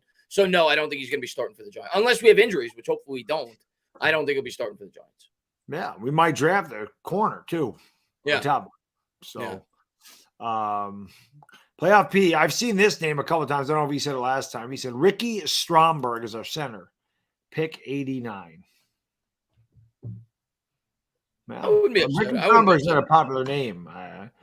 No question. The only thing is, like, when you get to 89, you got to hope the guy's there. And I remember our first 2 picks. I'm pretty sure Chris and I knew what we were doing. It was pretty much like we're taking the guys that were there. We're taking those guys. That's what we're going to do. Obvious. But then after that, I don't think we got one right. No, I think we're like, we should take him here. I think the only year that I've hit on a second, I hit on the first 2 picks the year that we got Tony and Aziz. That was the only year, and that was a draft in which I mocked a trade down. But outside of that, I've never hit on a second round pick. After the first round, it's completely unpredictable. It is. You have no idea. Like, I don't think anybody thought we were getting Xavier McKinney. McKinney, as they do, started. I thought we were going to draft McKinney if he was there, but we didn't think he was going to get there. I don't think going into a draft outside of hitting on the Aziz pick that one year and Tony, the first 2, I don't think I've ever hit on a second round. It's nearly impossible. Yep. Yeah, so when UConn won. UConn's winning the whole thing. Yeah, they're by far the best team. They are by far the best team. That was obvious. Like I said, the first day, I'm like, when Purdue got knocked out, I'm like, UConn's taking this thing. I had UConn in the Final Four. I didn't have them winning it. I had Purdue winning it. So that was pretty much the end of that when that happened. I still was rooting for FDU because I don't put money on the bracket. So I like seeing the upsets. Just a guy, thank you for the super chat, man. Appreciate you, brother. He says, remember when Hurts threw a Hail Mary 20 yards too short? Yeah, that was my favorite throw of the year. Oh, that was pretty good. That was a good pass. It was a good pass. You know what? We're gonna see what Jalen Hurts is. If the Eagles win the Eagles, because they're gonna have to pay him. Yeah, if they don't get a 5th-year option. I think they're going to pay him this offseason. I think they're going to get the extension done this offseason. Yeah, you don't get a 5th-year option with Hurts. He was a second-round pick, so you don't get that option. They may tag him, but they're going to pay him. They're not going to tag him. They're going to pay him. They're going to pay him. They're going to pay him just like they paid Wentz.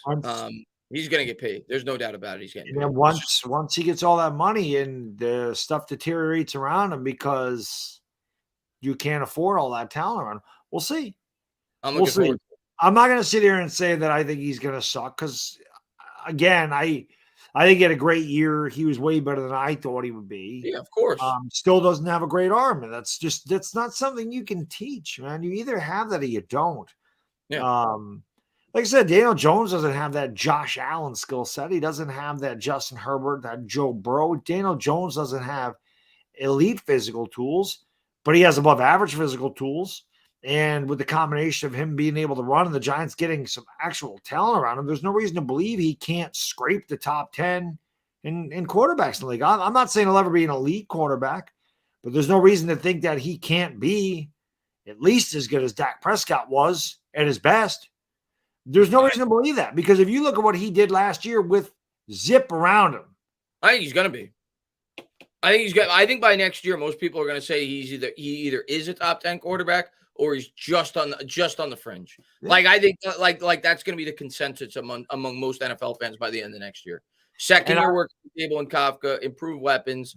I think Daniel Jones is going to have a very nice year next year.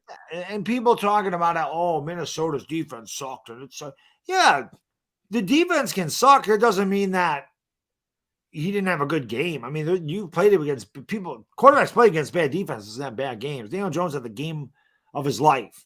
And the throw that he made across his body to Isaiah Hodgins was ridiculous. You put that throw with any quarterback in the league. Because Daniel Jones has shown that he has zip on his ball. I remember him coming. I mean, obviously, again, I didn't watch film on Daniel. I'm not a film guy. I'm not. I don't watch film. I don't pretend to break down film. I've said this a million times. My channel is just the channel of a fan. I'll leave that to the professionals. Right. And I give you my opinion. I give you my reaction as a fan. Yeah. But Daniel Jones, to me, I remember when I did, because I'm like, well, I need to watch something. I don't know anything about him. I don't watch Duke football. I never thought he was really going to be a Giant. I thought that was just, a bunch of smoke and mirrors. I didn't really think he'd be here. Yeah. And when I went back and watched, I said, well, one thing I noticed is everybody said he has no arm strength, like he has zero arm. And I'm like, well, seems like his arm is a lot stronger than people give it credit for. I think his arm got stronger last year. Yeah. I really think that. I think maybe he worked maybe he worked on it in the offseason in terms of the way he threw the football mechanics. But it appeared to me like he had more zip on his throws last year than I've seen in the past. I think part of that, honestly, is confidence in your throws. Yeah. I think when you just let it rip, you're good. But I think if you're you're hesitant to throw it and you don't have heart in your throw, I swear to God, it could be a little bit softer and whatever. I think Daniel Jones, I think him having I saw a confident quarterback. It's something I didn't see his first 3 years with the Giants. It's definitely something that I thought I saw a lot more of is his confidence. And as they won games, his confidence built. I would say, I feel like Daniel Jones always had confidence in himself, but I don't know that Daniel Jones had confidence in his head coach or the players around him or the front office or whatever. I don't know if he did. How could he? And then when that happens, you start to doubt yourself. You're a human. Yeah. And this year, I think it was completely different. I think that you saw, he's like, this guy has faith in me. My teammates have faith in me. I'm looking forward to seeing what he does. I'm hopeful that he doubles his touchdowns and he throws for 30 and he throws for 4,000 and we win 11 games. And we go to the playoffs and he runs for over 650 yards and 7 touchdowns and he has 37 total touchdowns and he's a top 10 quarterback. Because, like I said, all those people that didn't want him here for all that money are going to go, I told you so. But if he's really good, I wonder what they're going to say. I don't really care what his stats are if they win games. And, that's the only stat that matters. As long as he's a part of it, and he will have to be. We don't have a good enough roster for the quarterback not to be a big part of it, just like we didn't have a good enough roster last year. Like for everybody that says, oh, well, Daniel Jones only had 22 total touchdowns, that's all well and good. We all recognize that this is a really bad team overall in terms of the talent. Not good on paper. Worst linebacker core in football. Probably the worst cornerback grouping in football when Adoree Jackson went down for that. Worst wide receiving group in football. Worst wide receiving core in football. Probably the worst interior offensive line in football. But you're going to tell me the most important position on a football team with all those deficiencies doesn't get any of the credit for a team that went 9-6-1 in games in which he started? Of course he should. He had a really good year. And I expect him to get playoff game on top of it. Want a playoff game on top of it. So I think he's only going to get better this year. So I think his stats had a lot more to do with the talent around him and the fact that he was year one in an offense. I think this year they open it up more with more weapons. He's going to be more familiar in the offense. I think you're going to see Daniel Jones take a big jump this year. I'm not going to go out and say 30 passing touchdowns. I'm not predicting. I'm hoping. But I think he's going to have a very good year. I'm not going to put statistics to it. I think he's going to have a very good year this year. I'm confident in saying that. Statistically, I think he'll definitely have a better year than he did last season. And again, man, you and I went into the year last year saying we didn't believe he'd be the quarterback this year. We thought, but we knew he was going to have to earn it. And we were saying the only way Daniel Jones comes back here was by winning football games and probably winning a playoff game. I'm pretty sure both you and I said he'd have to win a playoff game and play really well and be a part of the Giants winning football games, come back here. And that's exactly what he did. He was a major part of the reason we won those games. Was our offense explosive? Where you put up 38 points a game against teams? Were we the Eagles offense? No. But when the chips were down and we had to get that touchdown or we had to score more points than the opposition, he was able to do it. Like everybody wants to talk about, we started 7-2, then we finished 3-6-1 or whatever the hell it ended up being. 3-5-1 or 2-5-1, whatever the hell it was. 3 of those losses came to the Eagles, by the way. Yes, they did. We would have lost the Eagles if we played them in the first half or the second half. Yeah. It just so happened we played them all 3 times in like our last 7 games, 8 games, whatever it was. The other thing is, and again, I'm not going to sit here and make excuses because I don't do that, but the game against Dallas, 0 chance. Everybody on the planet was hurt for the Giants in that game. Everybody. And we had you talking about the first Dallas game or the second one? The second one, the Thanksgiving Day game. The second one, Danny Jones was the only reason why we even had a chance in that game. Right. There was nobody there. Everybody was hurt. The first one, where Jones got pressured 25 times, he was the only reason why we were even in that game. Yeah, that was another one. That was another one where the Eagles bullied us up front with their offensive line. Both games. I'm not counting that last game. The 2 games they kicked the shit out of us. They bullied us up front with their offensive line. Both games against Dallas's defensive line bullied the hell out of our offensive line. And we got to get better. That's why that guy from Tampa we got was an underrated signing too. I like that. It gives us another run stuffer. It gives us some depth so that if Leo is injured or Dexter Lawrence does miss a game, you got somebody, or they don't have to play so many snaps. Yeah. But I think that was a sneaky signing because, again, I think Joe Shea noticed the way the Philadelphia Eagles they bullied us. They were better. I hate losing to Philadelphia. I hate it. I can't stand it. It's like the Yankees losing to the Red Sox. Like it makes me sick. But the end of that game, it's easier to lose that way than it is to lose a heartbreaker. Where like, God, if we would have done this, if this didn't happen, we could have won. We're just like, they was better.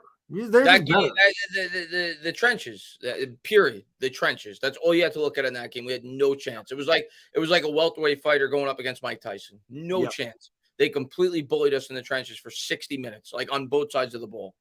Yeah, and until that improves, we're not beating that team. The talent differential showed up in that game. Yeah, we were able to beat a lot of teams that were more talented than us, but it wasn't. The gap wasn't so great. You watched Philadelphia, both of those games against us. The talent gap was enormous. Yeah. And we have to close that gap. So we'll find out.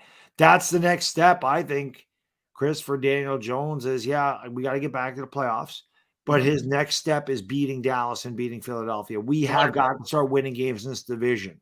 I think that's his next step. The Giants' next step is being able to hang and beat Philadelphia and Dallas because we have not beaten them on a consistent basis. Yeah. And that's our next step is being able to compete with those teams. If the Giants get out of next year with the same record, but 2 more wins in the division, I'm going to feel much better about this football team. If they go 3-3 in the division next year and go 9-8, I'm going to feel much better about this team than I did. I would view it like we built a lot because it means we're starting to close the gap on the Cowboys and the Eagles. So I agree. Exactly. I think that's what I'm looking at this year more than anything else, how we perform from within the division. The Washington games, we should have won both, and I think we'll beat them both times this year. I think, I don't believe in their quarterback. I just don't. I don't either. I don't think Sam Howell's going to be able to beat a Wink Martindale defense. I mean, that's the other thing, when they were talking about, Louis was talking about Sam Howell. I'm like, he played 1 game. Teams don't have any film on him. It's not like he lit the world on fire. He didn't look like Josh Allen out there. Yeah. He didn't have as good. I mean, Daniel Jones's first game was better than Howell's. And Daniel Jones was at the beginning of the year. And it meant something. That game meant nothing to either one of those 2 teams. And they didn't have any film on Sam Howell. Now they're going to have film.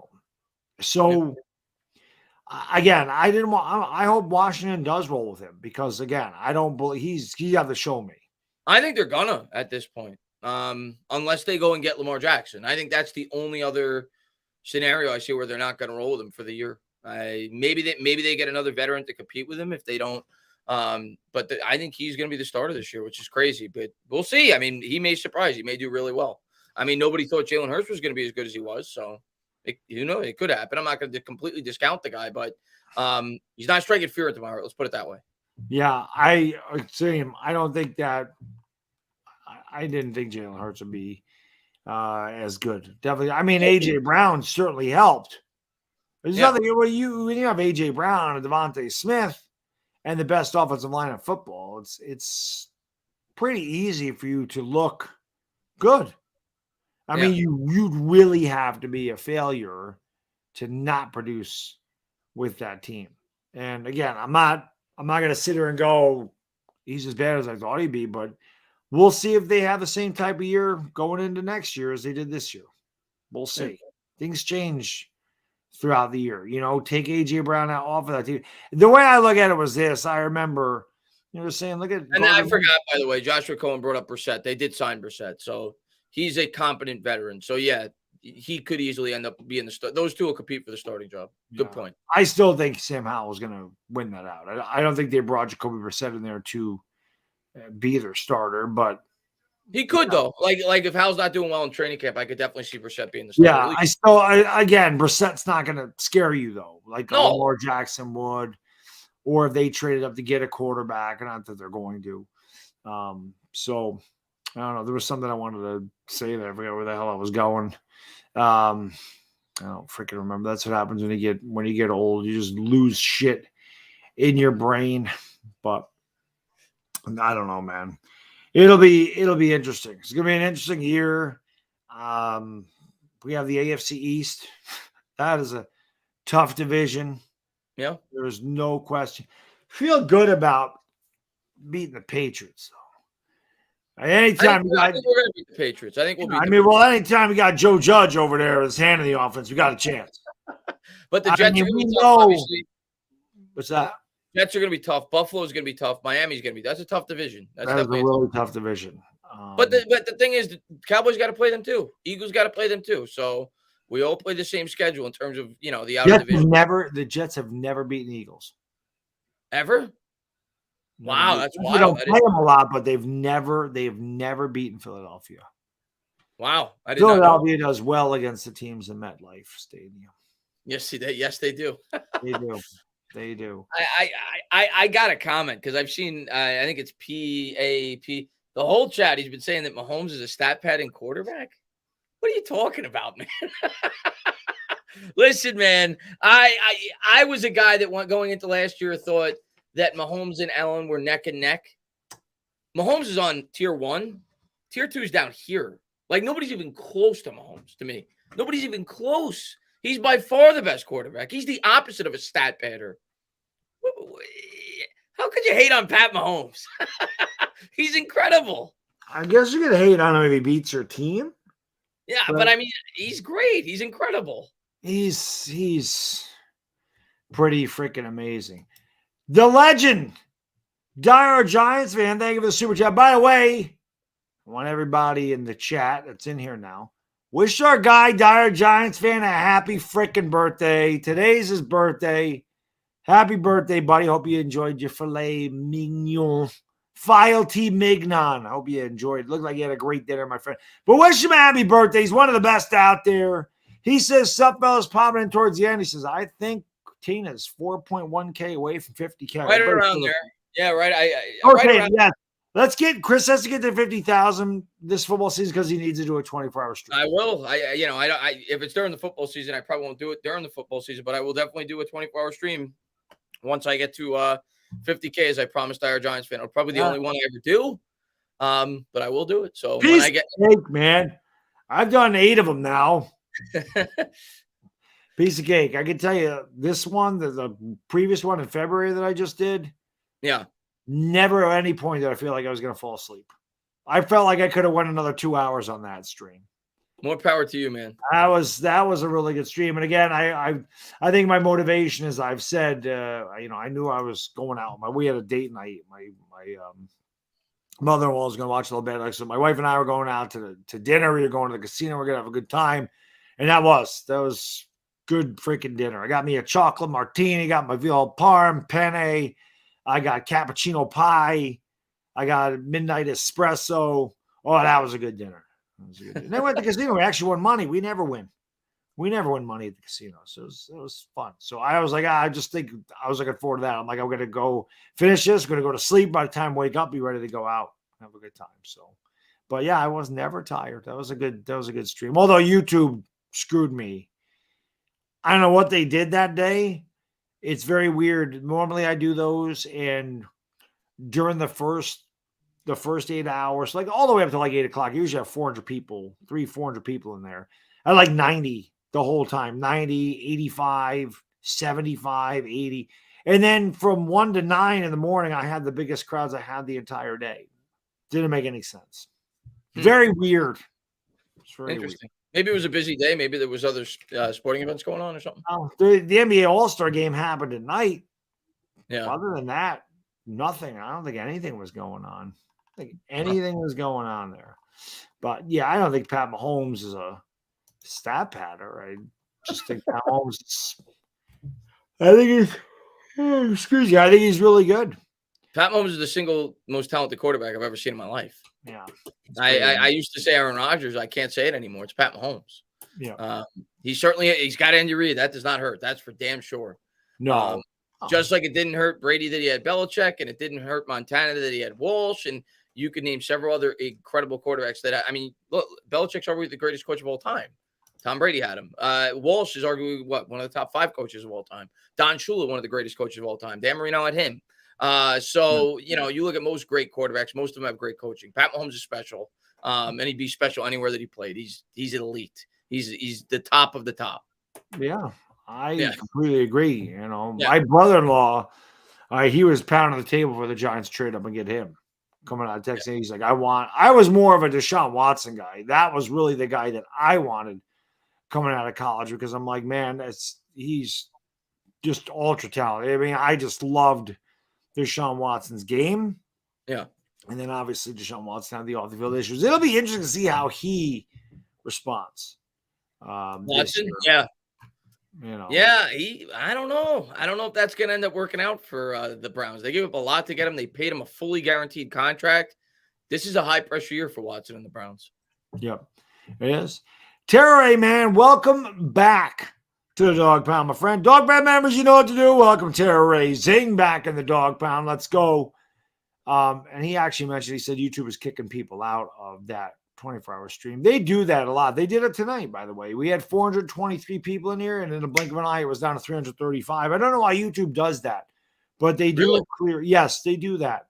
I don't know why, but it does that. It's very strange, and then it comes back. But YouTube does that once in a while. I've never been able to figure it the hell out why it happens, but it definitely. I think they just don't like you, Bad Dog. I don't blame them. I don't know how the hell my wife put up with me for all these years. I don't know how the hell you. That's what I said. Whenever we get the draft, my wife's like, "All right, Chris, he's your headache for the next 3 days." But yeah, is this a 24-hour stream, Jack Bauer? No, you would know about 24, but no, not a 24-hour stream. I'm not. I'm done with those. Didn't you just do one like a month ago? February.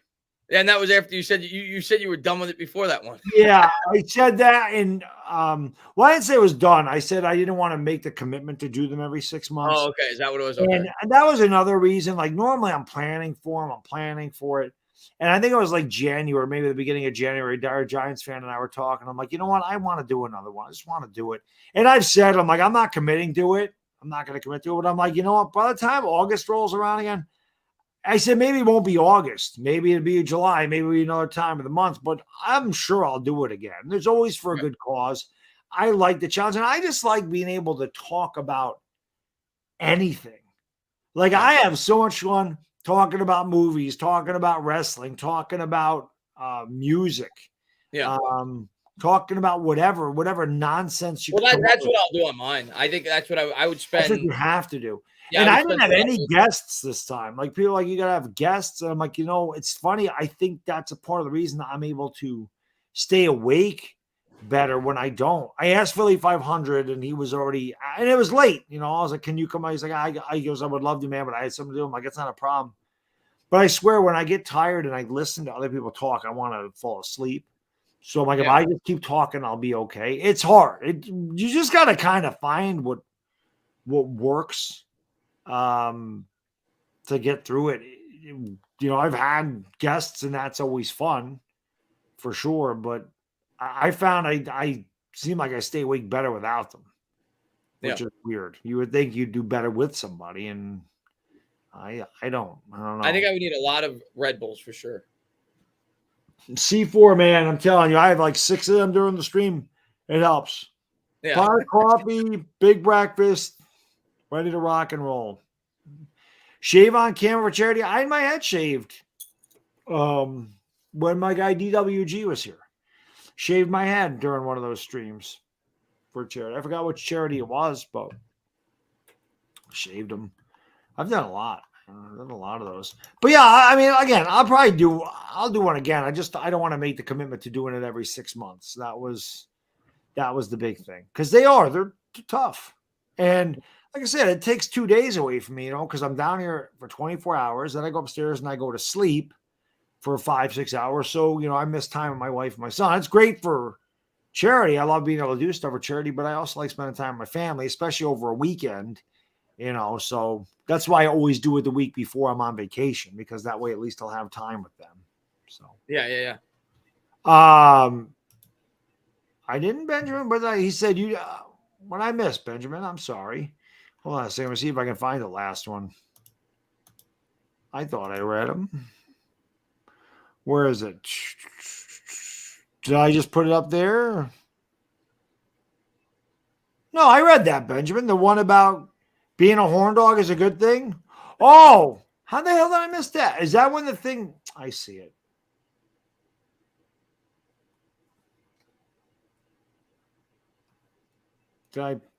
I did. I missed this. I don't know how. Hold on a second. There it is. Knock, knock. Who's there? Dozer.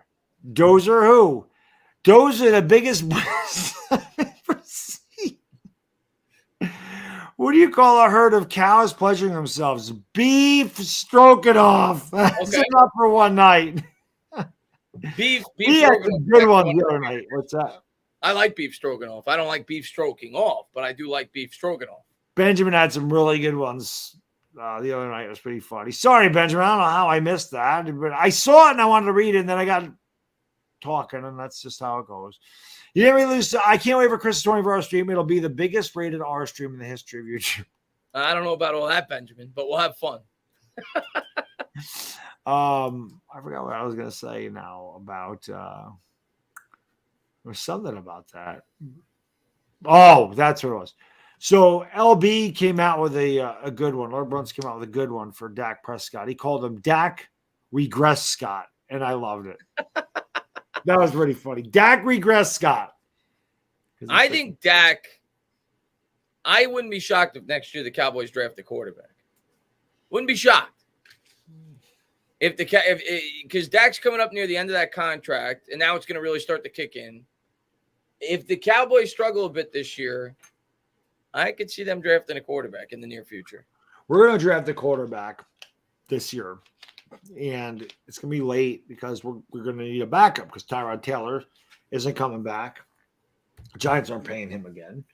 He was insurance for Daniel Jones. Yeah. There's one guy that I don't know where he's going to go in the draft. I don't know because you never know. I don't think he's a first round quarterback. Then again, you never know. You never know. Max Duggan from TCU. Love him. I love Max Duggan from TCU. Ton of heart, athletic. If he's there in the 4th round, I would take him. I'm not saying he's going to replace Daniel Jones, but that's not the guy I think they're going to get. I'm telling you, Stetson Bennett, man. I don't like Stetson Bennett because he's better than Jake Fromm, but Stetson Bennett, man, going to be a Giant in the 6th round. That's my hot take. Stetson Bennett. You think we'll take a quarterback this year? As a backup, yeah. Late, day 3. Yeah. Yeah, 6th round, 7th round. Stetson Bennett, New York Giant. That's my hot take late in the draft. Yes, not day 1 or 2. No way. But late day 3. Like I said, 6th or 7th round. Stetson Bennett, back-to-back national championship, MVP last year. He'll be a Giant. I like Duggan. I like Duggan a lot. Yeah, I don't think he's a starter, but I like Duggan. I think Duggan could be like a fringe starter. I think he could become like what Taylor Heineke was. Taysom Hill. Yeah, I think he'd be a starter like that. Yeah, I like him as like a 5th or 6th round. I personally don't think we're drafting a quarterback, but next year I think we will. Because I think Taylor will be off the team obviously after this year, and then I think we'll probably draft a quarterback to be a guy that you could develop or potentially be the long-term backup. This year I don't think we'll take a quarterback, but I wouldn't be shocked if we do. Oh, we lost Davis Webb, so we did. I'm telling you, I Stetson Bennett is going to be a Giant at the end of the draft as a backup. Not that I think he's going to be anything in the NFL. I'm not sitting there going, "Oh, he's going to replace Daniel Jones." No, he's not. I do like Max Duggan though a lot. Yeah, I like Duggan too. He's Duggan ended up in the right situation. He could definitely win some. He's hard not to like with the way he plays. He's tough. Yeah, I mean, listen, nobody gave TCU a chance to go that far, to get to the national championship. Now they got embarrassed because, I mean, Georgia embarrasses a lot of teams. Georgia did not lose a game the entire year. Georgia was nobody competed with them the entire year. And that's with Stetson Bennett, a quarterback. Imagine if they actually had a legitimate quarterback there that wasn't my age. Stetson Bennett's like 27. He's been at Georgia for 9 years, I swear to God. But can you imagine if they would have held on to Justin Fields? What the hell that team could have been with a guy like Justin Fields? Or who's the other guy that transferred out of there? They lost another guy. I forget who it was, but well, it's good stuff. Good stuff. We got to go. You guys think Jordan Addison could drop to number 25? I do. Of the wide receivers, I think he's the most likely one of the top 4. But I still think it's less than 50% that any of them fall to us at 25. But I think he's probably the most likely one because he was a little bit underwhelming in terms of his combine performance. I would say him or Zay Flowers are most likely. I'd probably say Addison is the most likely. But it all comes down to scheme fit, for like the teams in front of us, like what type of wide receiver are they looking for? That's something I guess I got to look more into, like the types of wide receivers some of these teams may be looking for. A guy like Zay Flowers may not be a guy that the Ravens may prefer as opposed to a guy like Addison. So a lot of it comes down to that as well. But yeah, I wouldn't be shocked if Addison fell to us at 25. Somebody asked me if Stetson Bennett's the same age as Jones. I think he's older. I think Stetson Bennett's like 26. And the guy from Tennessee, Hooker's 25. The same age as Jones. Yeah, Bennett's 25. Hooker's 25 coming off an ACL tear. So there's a lot of that, though, because of the pandemic. There's a lot of guys that are older because of the pandemic. So they got put back. Bennett's just older because he was not good enough to make the NFL. Yeah. I'm not sitting here saying that Stetson Bennett's going to come in and be the future Giants quarterback. He probably won't even be the Giants. It's just a hot take. You throw hot takes are not. You hit a hot take, it's like hitting a lottery. Okay, hot takes are not meant to be like, hey, I think a quarterback's going number 1 overall. That's not a hot take. A hot take is a long odds thing. When you say hot take, who's going to lead the Giants in sacks this year? And you say, oh, I think it's going to be Dexter Lawrence. That'd probably be a hot take, even though he could. But the odds of him leading out a healthy Thibodeau, what's that? I think he might. I don't know. Thibodeau, you're hoping it's Kayvon. Right. Kayvon, Azeez Ojulari, if he's healthy. Yeah. Dexter, Dexter, how Leonard Williams. Right. Leonard Williams. Jihad Ward. There's a better hot take. Jihad Ward is going to lead the Giants. That's a flaming hot take. Right. So that's what I'm talking about. Like, this is something that's probably not. The odds are extremely long. Yeah.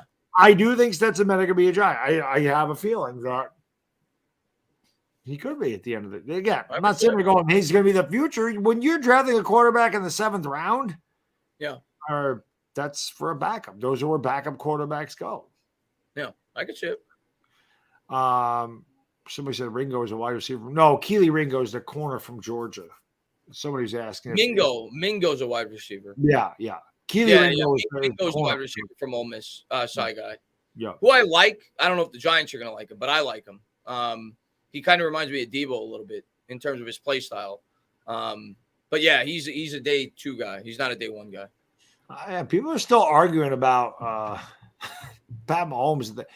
I don't think there's an argument. I don't even know why is this an April Fool's thing? Maybe it is. I mean, April Fool's with 71 minutes left. So far ahead of any other quarterback in the NFL right now for me. It's not even a debate. Yeah, I don't know. I The dude don't lost know how you would not like Pat Mahomes unless he beats your team. Like, I guess being an NFC team, like, we don't play the Chiefs often, and it's not like he beat us in a Super Bowl where I'd have a reason to dislike him. Listen, Tom Brady's like one of my favorite players of all time. We beat him twice in the Super Bowl. Had Brady beaten us twice in the Super Bowl, probably wouldn't be one of my favorite players of all time. Probably be last year, Bad Dog, Pat Mahomes won the MVP. Beat the Eagles, guys. Throwing to a guy in McCole Hardman that signed like a 1-year, $6 million contract. Throwing to Juju Smith-Schuster, who I don't even remember what he signed. It was like $11 million a year. He does have Travis Kelce. That guy pretty good. He does have Kelce, but he didn't, outside of Kelce, he didn't have anybody incredible. And the guy put up MVP stats. No Tyreek Hill. Like, I don't know what you want me to tell you. The guy was incredible last year. He's the best quarterback in the NFL. It's not even a debate. No. Could that change? Could Joe Burrow pass him? Maybe. Do I think he will? No. No. I think Pat Mahomes is more talented than Joe Burrow. I think Joe Burrow is fantastic, but I think Pat Mahomes is on his island by himself. He's incredible. Ray says he had Kadarius Toney. Listen, James Bradbury and Kadarius Toney had great games for the Giants in that Super Bowl. They did. Yeah. Kadarius Toney's the best thing he did as a Giant. James Bradbury, the great holding call.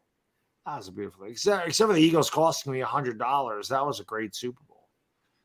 But the funny thing is, Barbara, people used to hate me for not giving enough credit to Pat Mahomes because I used to say that I like Josh Allen just as much. I think after last year, you have to say he's the best quarterback. Yeah, I don't. The guy's been in the league for what as a starter? 4 or 5 years. He's won 2 Super Bowls. Yeah, he's played in 3. He's played in 3. Played in 3. What are we talking about?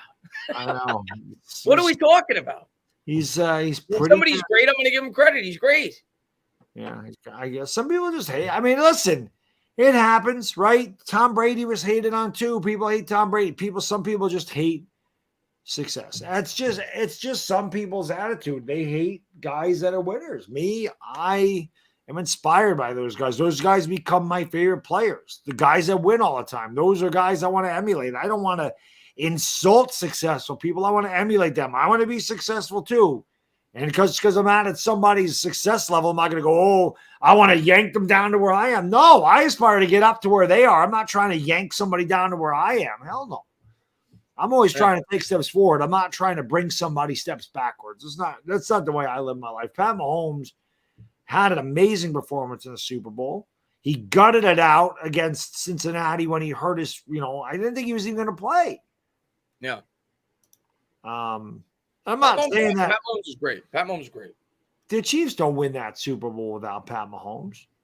But I think you could put a lot of quarterbacks behind center at Philadelphia, and they make that Super Bowl. Listen. Look at those two teams. The Eagles had a better offensive line. The Eagles had a better defensive line. The Eagles probably had a better secondary. They were better wide receiving core. The Eagles were better everywhere in terms of personnel outside of the head coach and the quarterback. Those were the only 2 clear edges. Tight end, the Chiefs. Tight end too. But overall weapons goes to the Eagles. Yep. When you factor in the wide receivers, the only clear edge for the Chiefs was the quarterback and the head coach. That's it. Tight end.